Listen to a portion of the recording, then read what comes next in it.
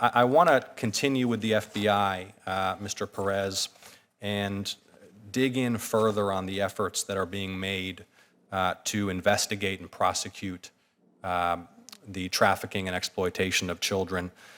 In August of this year, the FBI reported that during Operation Cross Country, and I believe you were intimately involved in this operation, that 200 victims of sex trafficking, many of whom were children and who had gone missing, were recovered. Were all the children who were reported missing, all the children who were found who had gone missing, had they been reported properly to NCIC as a missing child at the time that they were recovered by law enforcement? Sir, I do not have that answer. I can tell you that when we encounter a few things, we look to identify locations of victims, and also at times through identification. Sometimes when we say identification, that could be in an online case where we've identified a child victim that's being exploited. And then there's also a locate, meaning that we've actually physically located a child that's being exploited. I don't have information to speak specifically if all those children were entered into NCIC or not, sir. Thank you, Mr. Perez. Are you familiar with child advocacy centers? These are the national, regional, and local organizations that help coordinate the investigation, treatment, and prosecution of child abuse? Yes, sir. In your view, why are these child advocacy centers valuable partners for the FBI and other law enforcement agencies to help recover missing and trafficked children? So from one of our strategies is when it comes to exploitation of children and adults, we look to take a victim-centered, trauma-informed approach, meaning that beyond holding the perpetrators accountable, we want to make sure that we're providing the proper care and techniques when discussing the abuse with the victim and ensuring that we do not continue a pattern of abuse. So we do that. We've taken steps internally within the FBI to expand that, to develop what we refer to as our child adolescent forensic interviewers, meaning that every time we encounter a child victim, we have trained personnel, professional personnel who are fully dedicated to have those communications and ensure that we get proper information, but at the same time that we're not re-victimizing a child. We seek to do that across the country. However, resources being limited, there's often times where we look to really augment those resources through the child advocacy centers. So we'll partner up with those elements, depending sometimes if our resources are not available, or either provide a venue for the interview or those kinds of things. So it's an invaluable partner. It really just augments our ability to treat victims in an informed way, in a sensitive way, to make sure that we prevent re-victimization. Thank you, Mr. Perez. Commissioner, we've got about 6 minutes till you have to depart. We talked about the CFSR process. We talked about the program improvement plans that are developed jointly with or issued to states that are in substantial nonconformity with the federal standards, for example, on assessing risk and managing safety threats to children.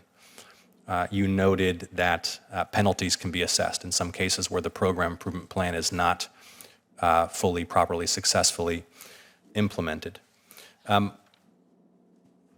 Earlier when we were talking about, for example, the requirement under CAPTA that states include child sex trafficking in their definition of abuse and neglect, or that the requirement that child welfare agencies screen in victims of child sex trafficking in practice and not just in policy. And that's an important distinction, because putting something in a policy manual is not always the same thing as implementing that policy in practice by your state partners.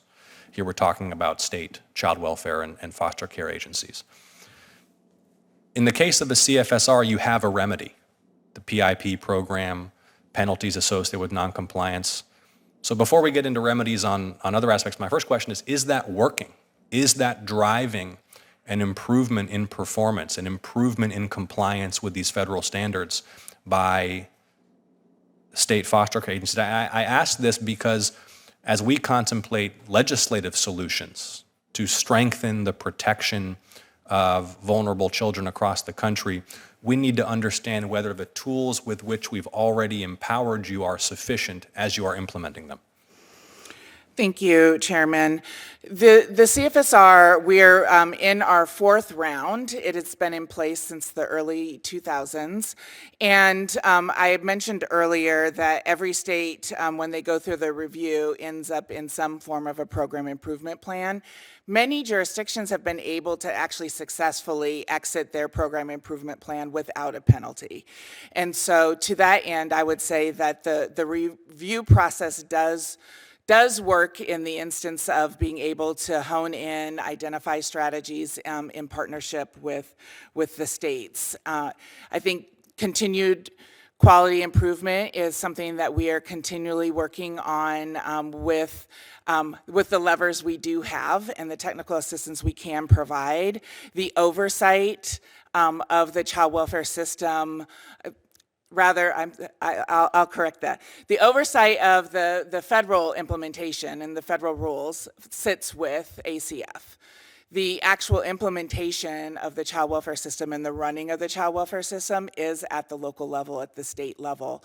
And so it does require partnership and working really closely with the jurisdiction in that balance between practice and policy, as you're indicating. And so in the other conditions, requirements, and standards, CFSR, you have a program improvement plan process. There are penalties where there's failure to implement the program improvement plan. It sounds to me like what you're saying is that you think that those incentives are driving states, not in all cases. We discussed Georgia faced a penalty for not successfully completing its program improvement plan, but other states are,